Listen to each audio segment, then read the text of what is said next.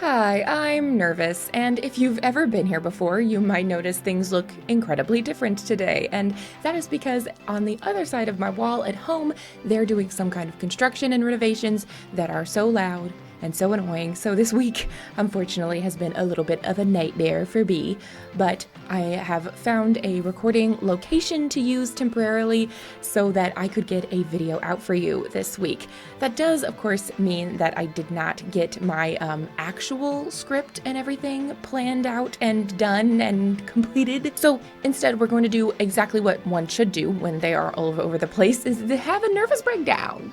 Okay, I'm probably going to be a little extra nervous today because I am not really filming in my normal location and I feel a little bit rushed about things, so I'm just going to do my best today. But intro out of the way, subscribe, like the video, do all the things. What I am going to be doing today in this nervous breakdown is going through what my best estimation is of the events that take place after Secret of the Mimic and get us at least to sister location.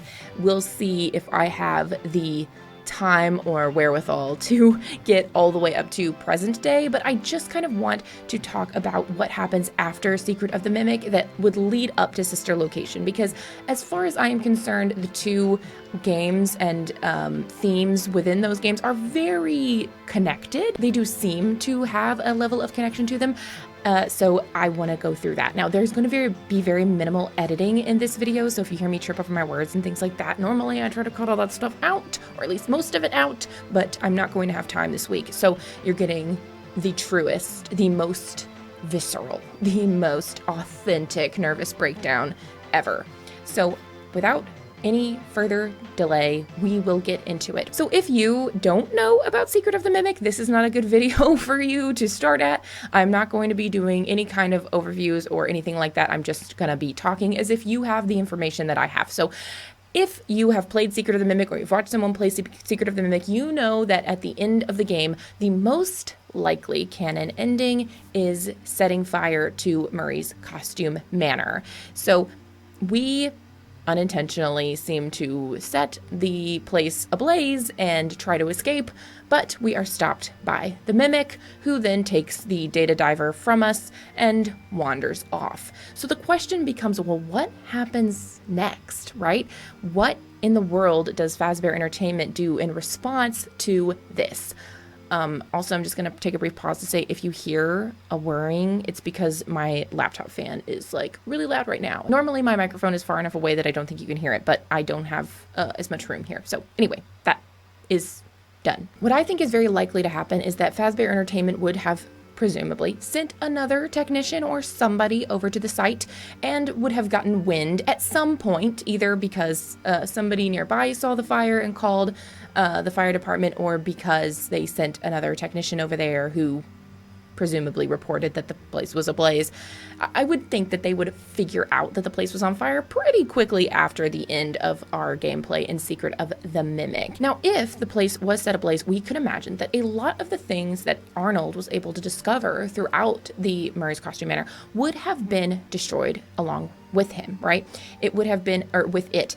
All the logs and things like that, that would have that told us kind of the story of what happened with Edwin, the film reels, all of that stuff. That was all destroyed. And I think that's a lot of what Steel Wool is kind of trying to tell us, is that a lot of the evidence about how M2 was created, or how the M1 even program was created, how F10 and 4 came to be, all of these pieces of evidence that we had before, these would all be erased, gone. But it would appear, or I would surmise, and I think other people would agree with this, that the lower levels, the things that would have been underground, would have potentially been preserved, or at least not completely destroyed, right? So that means, presumably, that the secret area that we can't access unless we completed moon.exe and opened up the hatch and were able to get into the secret area of the game that leads you to the kind of like David ending, where you do fix M2 and teach it to think that it's David, all of that would now be much more easily accessible. And my thought process is that at some point, William is going to go back to the facility himself to actually look over this stuff, because this is technically, right, his property. Like, it's Fazbear Entertainment's, but, you know, he would probably be the one to lay claim to the land specifically. So, like, he would probably take over the house and things like that. Though that's my thought process. And it would also be my thought process that the mimic itself, the physical, the endoskeleton that M2 is inside, would also still be in the area. Now, it could be hiding. I would imagine that it is hiding somewhere in the what remains of the facility. I don't know that it would have wandered fully off if it was attempting to repair itself and thought it would need the things that would be back at the factory. That's just my thought process. So that means that if somebody finds M2, which I would think that they did, but if someone found M2, that would be the person who would have access to any of the remaining information about Edwin's history with the M1, M2 programs, with Fiona, with, you know, all of this stuff. Because M2 had the recordings itself, like it would have heard Edwin say a lot of this stuff. Maybe not everything, it may not have everything, but it would have a lot of it. So my thought process is that William goes back and discovers M2, discovers that endoskeleton. Now, maybe it's damaged because of the fire somehow, like maybe it goes back into the fire, maybe, you know, I mean, when we chase it, or when it chases us out of the facility, it's getting banged up in some capacity, but it does still seem able to like walk and things like that at the end. Yeah, I don't know. But my thought process is that William finds M2, or at the very least, if he doesn't fully find the endoskeleton, which I think that he probably does, but even if he doesn't find that, he would have found that secret area below the manor that would have housed the moon.exe ending where you are in that child's room. And it would be my summation that is what jumpstarts William's searching, his research, right? Him trying to recreate what Edwin was able to do with M1. I even think it's possible, and well, really likely, if not, like really, I think we do get confirmation in the game that someone outside of Edwin is aware of M2 and wants access to it. And he's like, no, they can't have it. It's not even finished. I don't even know what I did the first time. I don't even know how it worked. So I think it would make perfect sense that, I mean, and Fazbear knows about the endoskeleton, so that's why I think that William probably recovers M2 in some capacity. Now, if that's him or another technician or something like that, I do just ultimately think that William himself gets his hands on it. And I would imagine that upon sort of learning more about it, or learning what he did learn about it, that he would keep that very close to his chest and not want to share that, what we would call proprietary information, right? He would be like, oh, that's like trade secrets now as his stuff. And from there is where things get kind of weird, because what do we do after this? I would think William would be at least smart enough to understand that M2 itself was unstable. I don't know how he would have subdued it. That's all. Again, I would only be able to speculate, right? We just don't have answers about that. But in some way, shape, or form, I would imagine that he was able to turn it off. I don't know, power it down, and or just able to contain it somewhere. If he was privy to Cradle, then potentially that would be that. Maybe he made the Mixis machine himself, or maybe he discovered a computer that would have, you know, we know that there are probably two computers, the Fiona computer and the Mixis computer. So potentially, even if, I don't think it's impossible for Fiona's, the computer, F10, to have survived the fire. I don't think that's impossible. But at the very least, I think it would be likely that William would have found Mixis. So he may have been able to use the Cradle program in some capacity to contain the mimic, right? And experiment on it, learn about it, do whatever he needs to do with it, right? He may even be able to reprogram it to be obedient to him. and see him as a father figure or something to that effect.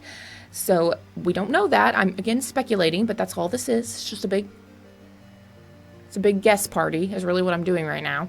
So William finds M2 and presumably spends the next at least 4 to maybe even 10 or so years studying this machine and studying the things that Edwin, otherwise what Edwin was able to do, because he would have known even outside of these mimic programs that Edwin was able to create some things that could do stuff that for all intents and purposes is very abnormal for the 1970s.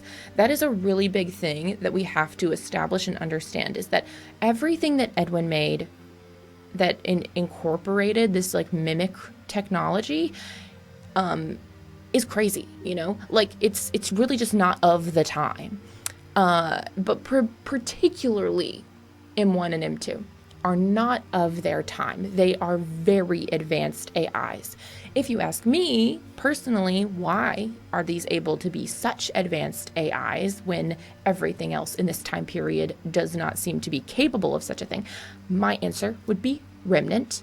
I believe that the secret ingredient to all of this is remnant. We don't know that, but in some capacity, right, William is looking at an AI that is unthinkable, right, in this day and age. Because we would say he found it in probably 1979, 1980. Like, even if it took them a full year after Arnold's unfortunate demise to fully recover M2, we're still looking around 1980. That's about 3 years before Freddy Fazbear's Pizzeria opens. And that makes sense because it was probably slated to open earlier, but got set back by the fire and by Edwin's sudden disappearance and things like that, because that was their, they were working on a contract together. Even if William was purposefully also sabotaging that, at the end of the day, their plans would have been set back by the fact that the factory that they now own was now set on fire. And they got a lot of recovering to do in that respect. And it may have also just shifted William's plans. But all that to say, the question now becomes, what is William doing in the meantime, right? And there is a chance, and I won't say that I believe this for a fact, but there is a chance that he is able to subdue M2. Maybe not forever, but I would say at least temporarily. It's possible. We know that it's possible. We know that the mechanisms exist for this, and potentially at least a number of those mechanisms, right? The whole David bedroom with the story and everything like that, that is all still there. The data diver is preserved, and that is still there. Now, I don't know that William would still have the ability to complete moon.exe, not only because I don't know if he would have access to that program at all based on everything that was destroyed in the fire, but also would not be able to take the objects that he would need to put into the data diver or into the storage container, they would all have burned. At least most of them would have burned. So I don't know that he would have been able to complete the moon.exe stuff. But that doesn't mean that in some other capacity he wasn't able to fix M2 and make it not like a murder bot, which presumably he would want at this point. We don't automatically assume that William is a crazy murder guy. However, this also lays the foundation for William to kidnap/kill children without his own children having to die first. I'm not saying that I think that. I'm not saying that I believe that. I'm saying that it is now a possibility, because if he has access to M2, and if he has access to the amount of information that he does, then he may able to see, oh, M1 worked after Fiona died, and it was able to take on this very Fiona-like personality. Now, you and I both know that that's probably more likely remnant, or just Edwin being a weirdo and making the robot act like his wife, and he's just really good at it. But I would say remnant, that Edwin's grief was poured into Fiona, and that is why it was able to become a more idealized version of Fiona. Now, but I don't know that. If William was able to, in some capacity, fix M2, he would have been able to, in essence, create a robot child all the way back in the early 80s, because he would not have needed to develop this technology. It already exists. It's already in front of him. He would just need to finish it. Complete what, F10 wanted Edwin to complete. And he would have, I think, been very incentivized to do such a thing because it would have been incredible. It would have been revolutionary. It would have, if money bags were, the ultimate goal, he would have seen mountains of them, and would have been super excited about the prospect of, being recognized, the fame of it all. He would have been super drawn in by the money aspect, and just maybe in general just being like, oh my gosh, to wield so much power. I don't know how crazy William is at this point, but we know he's like kind of mean, he's selfish at the very least. So that begs the question, was Crying Child a robot the entire time? His name is Dave. It has an affinity for a very specific plush, etc., etc. We've made the connections. There's other people who have made the connections between these two characters. All William would need to do after he fixed it, presumably, right? And now it thinks that it's part of this family or whatever, right? Is to create the outside, the body, right? Now, is that something that he should be able to make happen that early in the timeline? No, I don't think so. I don't know. It would be really, I don't know. If he had a supercomputer at his disposal that had thought long and hard about this, maybe that computer would have been able to help him create such a thing, but I don't know. So that becomes the question. I'm not saying that I believe this necessarily, but I am saying that the pieces are in place for us. You can make the argument. Now, I don't know if I want to make that theory, but it's sitting on the table, and it's something that I've been thinking about since understanding that technically M2 can be fixed.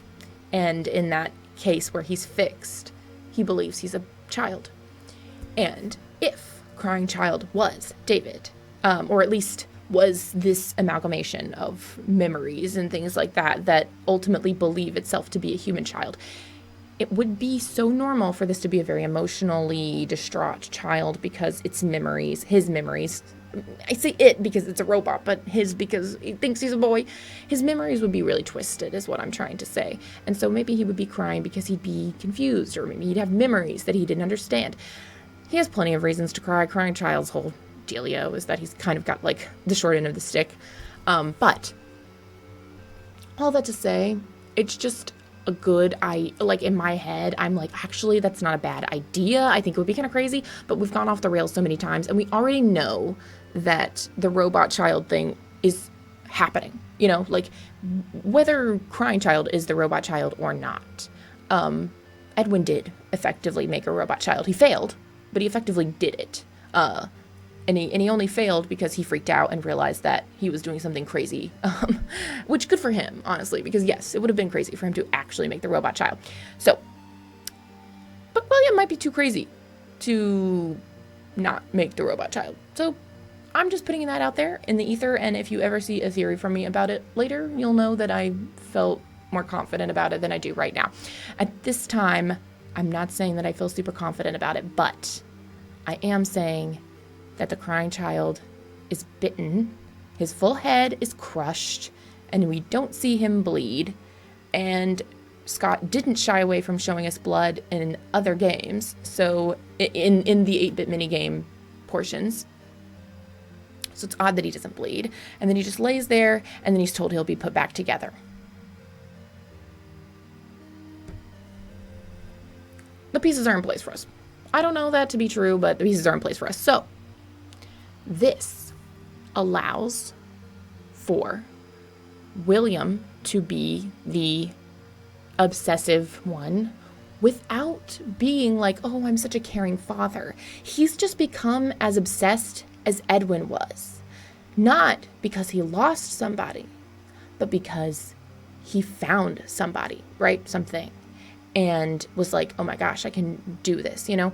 And then, you know, crying child can be important to him because it's his pet project. Like, this isn't a real kid, you know? And Michael becomes, takes a back seat, which I also think is really interesting because that also mirrors Edwin's behavior, where his robotic creations took precedence over his real child and wife. So we would see these sort of mirroring, these patterns, right? With these two characters, and this dichotomy of Edwin was able to come to his senses, but maybe William wasn't. And ultimately, William would continue his studies, right? He would continue to look into these things and say, what, like how can I make this better? I don't know. Also, if the crying child, right, at this moment is a robot, then William now has to, like, hide this, right? It would even make sense that, okay, now I have to keep my child at home and be like, oh, he's in a coma, because he's not real. Now, I also want to play the other side here because I am speculating all of a sudden that crying child is a robot, and maybe that's not the best thing to do. So, okay, crying child is a real person and does die. At this point, I would almost say, I've theorized about this stuff before, but without the secret of the mimic information. So, crying child dies at Freddy's because an animatronic bit his head. Now, it seems to be like a Fredbear's location, because we don't see the other characters, but we know that it's at least 1983 by now. Very likely 1983, but I allow for some wiggle room because that show started in 1983 doesn't mean that it is still 1983, but I do understand that that's the date that we have in FNAF 4, so likely 1983, maybe 1984. The point being, Freddy's is open, right? Freddy's is open and clearly thriving because it does have a TV show and all the, it does have a TV show and merch and things like that.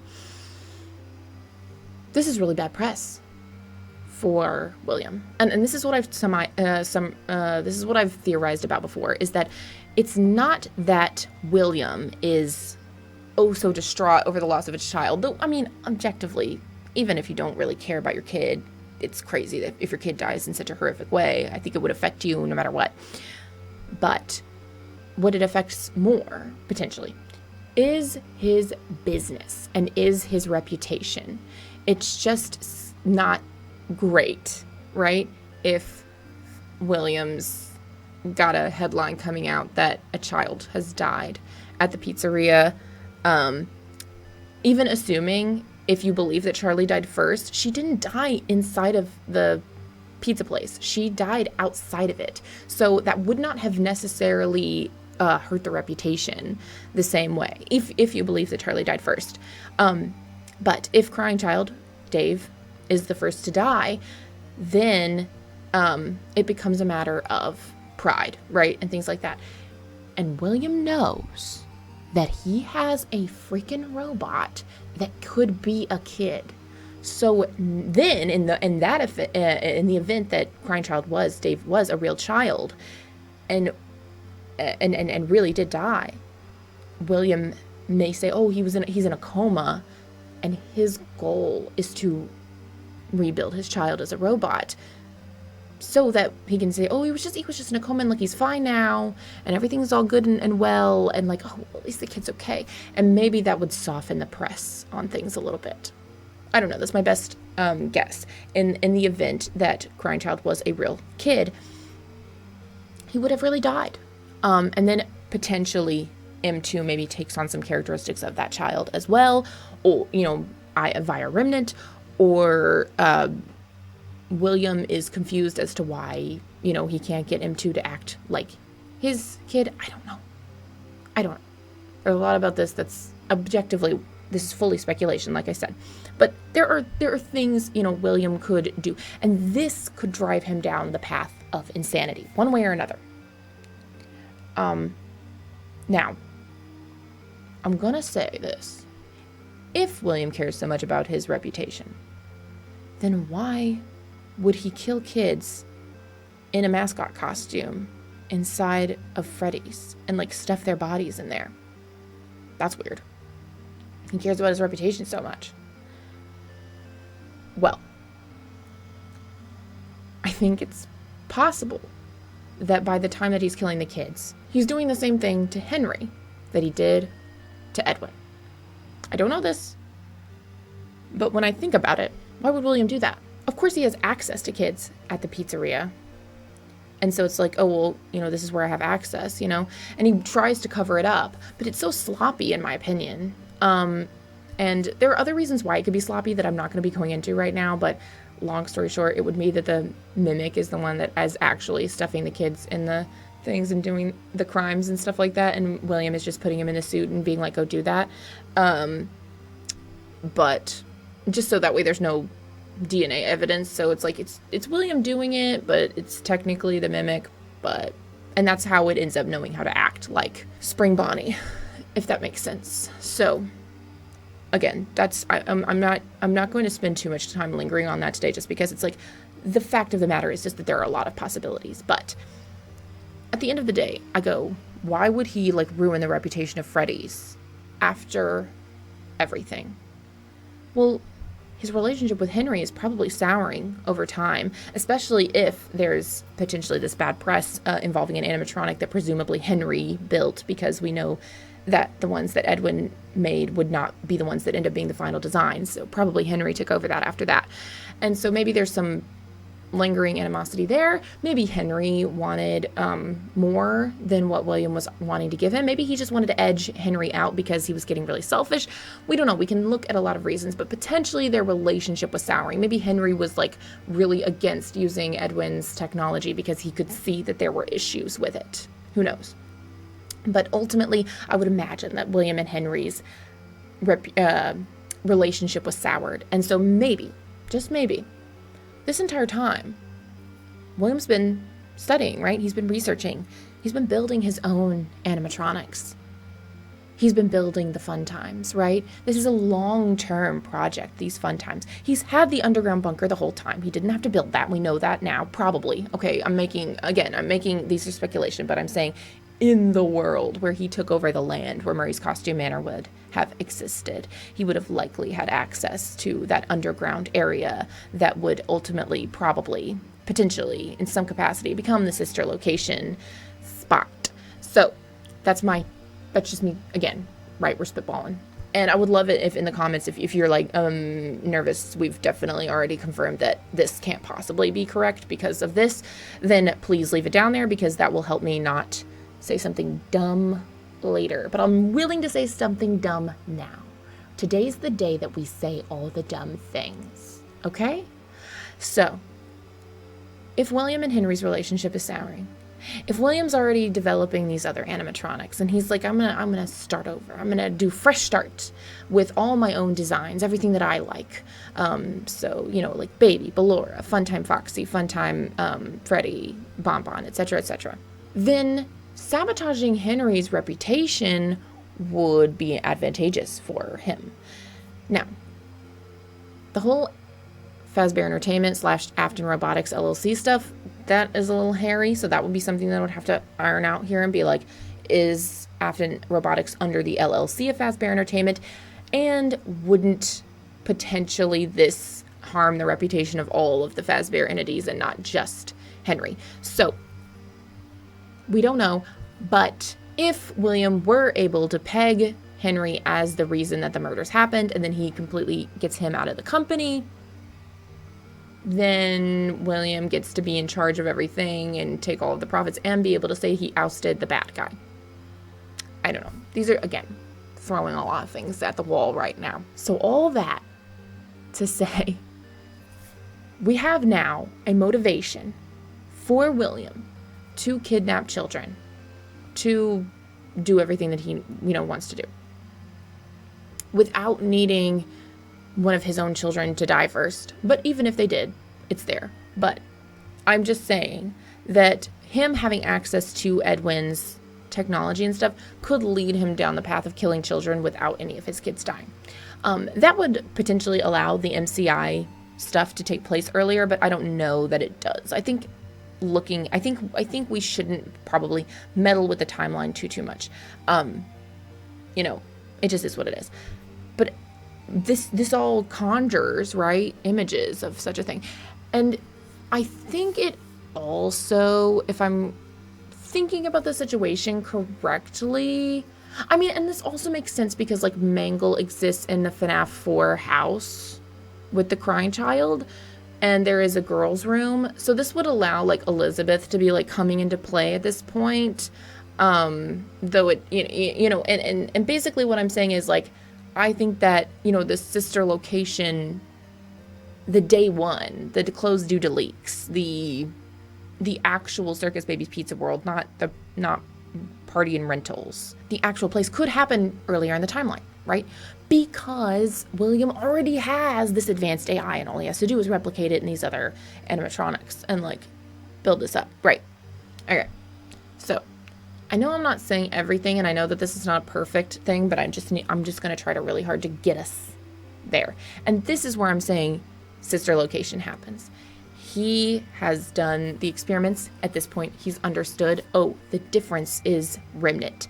Now, I think potentially William's got mixed up between like remnant being like emotions and like actual like dead kids. I don't know, like for lack of a better word. It's the thing that still just becomes confusing to me is just the dead kids stuff about it. But if he's confused about how remnant is formed or just doesn't understand that it can form multiple ways, then he would think like, oh, the only way I can get the remnant that I need is by killing a kid. Look, I'm not saying all this makes sense. This is where a lot of it really just like confuses me. But the murdering of the children has always been a little bit off the, off the wall. Like, why exactly did he do it? And I've always kind of felt like, oh, he was doing it to attempt to understand why another animatronic was acting lifelike, whether that be the puppet or Golden Freddy or something else, or whether he was just haunted by his own son. I don't know. But now with the secret of the mimic information, the way that I've thought about it is that like, if F10 and 4 survived, or some version of that survived in M2 or something to that effect, I don't know, like just play with me here, then she would have been sort of getting inside of William's head and being like, you need to do this, you need to do this, you need to do this, you need to do this. So potentially she could have been the one who made him so crazy that he went ahead and killed kids, or, instructed the robot to kill the kids.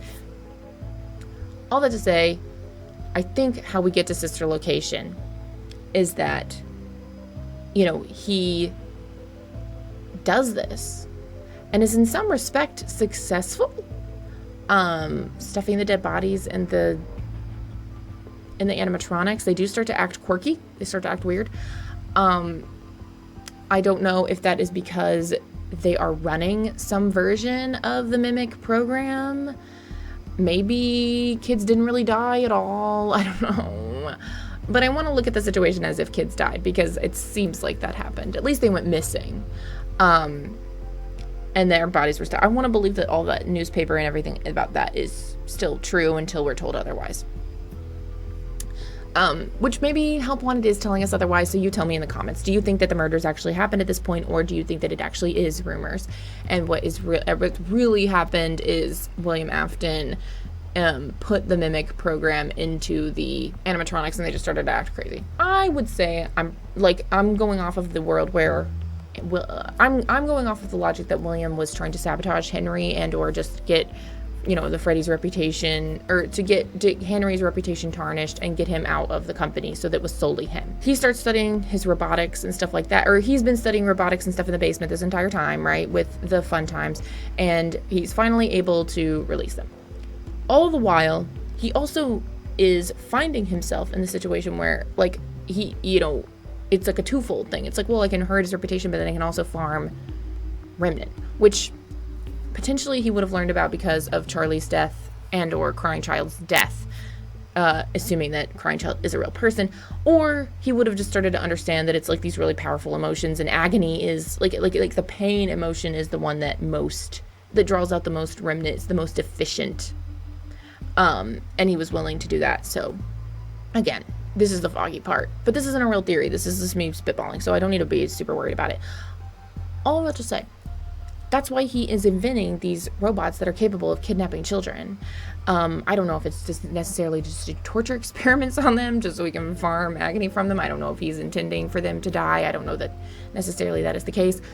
But it all comes back to bite him in the butt. And Elizabeth, unfortunately, does meet her demise at this point.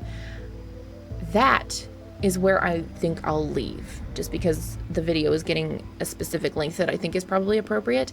But he's got Freddy's to close. He's now the sole person. He's like, now it's mine, right? This is my space, and I'm doing this. And it's Circus Baby's Pizza World, and debut. And his daughter immediately dies. You know, he tried to warn her. It was like the one thing he didn't want to happen or whatever, right? So immediately the reputation is tarnished. We'll call this karma, frankly. But yeah, so his whole big plan to like farm remnant and who knows, do what? Who knows? I don't know. Be the most advanced animatronic person around, be the most famous, be whatever.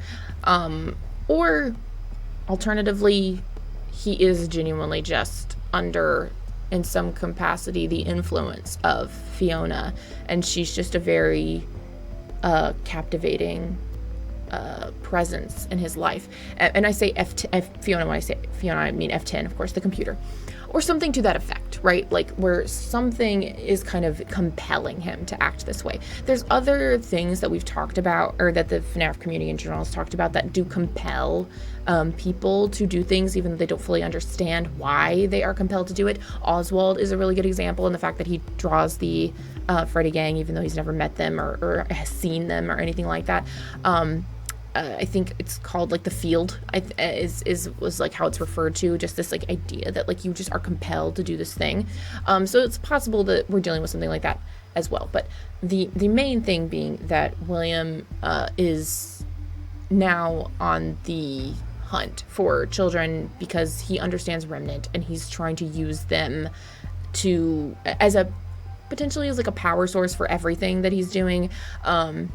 Definitely as a way to continue to make mimic AI kind of things, right? Because that's what I'm assuming is going on with the Fun Times, because they're very, very advanced in that respect, and he uses like controlled shocks to keep them in line, and you wouldn't really need to do that unless they were a little more, they had more agency and you were trying to keep them subdued and obedient and things like that. But Elizabeth being killed by Circus Baby is what shifts everything, because Baby is now this twofold kind of thing, and it maybe has like so much remnant in her that she's actually able to like surpass the like obedient stage of everything.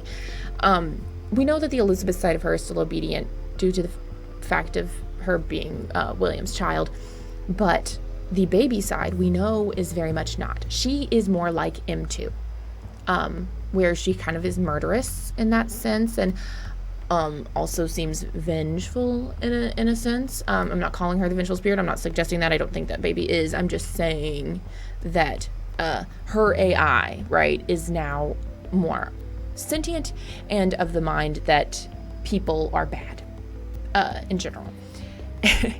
And so I think that is what ends up happening, is that William is playing around with this advanced AI that I believe is advanced because of Remnant, just giving kind of a life to the AI, right? Like very similarly to how Agony is described in the Fazbear Frights stories. And I, you know, again, this is just me spitballing. So if there is something that you're like, that you think pulls this apart, feel free to comment it. So, but that's what I think happens, and I think that's where the shift is, that we go from everything under William's control to not. And we do know that after this, presumably at some point, William gets spring-trapped and all that good stuff, but that stuff is a lot harder to parse through, because then we do really start getting into those mini games that include the souls in them, and that does really blur the lines between like the AI and the soul side of things. So that becomes like that's where the conversation becomes more, what do you believe regarding how things are or aren't possessed in this world? If there has been a sort of, I don't want to say retcon, but reboot situation with modern FNAF, starting with Help Wanted, that would allow for there to not be these more literal hauntings. That becomes a bigger question. But I do like this framework for how we get to Sister Location itself, and the reason that William Afton is able to make such advanced animatronics at such an early time for all, for us, because it does seem to be like late 80s, early 90s. I don't know, maybe it's very early, right? So I'm not putting a specific date on it, because I think Secret of the Mimic has the capacity to mess with our dates and stuff, where, in my opinion, Circus Baby's Pizza World can actually happen a lot sooner, just because William already has the framework for this AI, and as long as he figures out Remnant, assuming that is the deal at all, which I just think that it is, so that's my vantage point that I'm coming from, he can get there. Okay, I'm gonna wrap it up now. I hope that makes sense. I think that a lot of this plays really well with the Tales stories that we've gotten. If we're looking at Tales the same way we looked at Frights, where it's giving us not literal things, but information about how the world works, I think it matches up with a lot of this, where the robots kind of believe themselves to be superior to humans in some instances, or there are two versions of this program, and one of them is capable of being more subdued and subservient, and the other one is moves beyond that in some capacity and is a little more unpredictable. So those are kind of my thoughts on that right now. And I think I did a really good job. I tried really hard to think about this in my head multiple times, so when I came in here I could do it in under an hour, and I'm at 47 minutes, so I think that's a good time to stop. I appreciate you all so much for watching this. If you did, thank you so much for bearing with me while I am in a different space. Hopefully I'll be back to normal after this, but for this week I just literally had to just do something, because I couldn't do nothing because I didn't upload a video last week, and I really can't afford to do a whole month without videos. So I appreciate you watching it, really, genuinely I do. So if you have any thoughts about any of this, please leave them in the comments below. If you have an alternative theory, I'd love to hear it. I will next week. Every other week that I don't put out a video, I do feature theories from you guys, whether it's about Five Nights at Freddy's or another property. If you have a Poppy Playtime theory, if you have an Amanda the Adventurer theory, anything like that, I might make a community post for it. So check my community page to see if I've made a post where you guys can put your stuff down in there. I opened it up to channel members first, so I prioritize channel members. If you want to do that, it's just $1. You can become a Spark for $1. I prioritize them, but they have not been submitting a whole lot of new stuff as of late, and the stuff that they have submitted is very, very dense. So keep in mind that I am trying to contain it to about an hour of discussion at the most. So just be mindful of that, but do as you will. Share your thoughts with these things, because I do want to highlight you guys too. But that is it. If you liked the video, I hope that you will leave a like on the video, and if you haven't already, subscribe to become a part of the Nervous System. I make videos and upload them every other week, and I go live on Wednesdays and Fridays, usually, but if you can't wait, there are videos on the screen right now just for you. Okay, bye!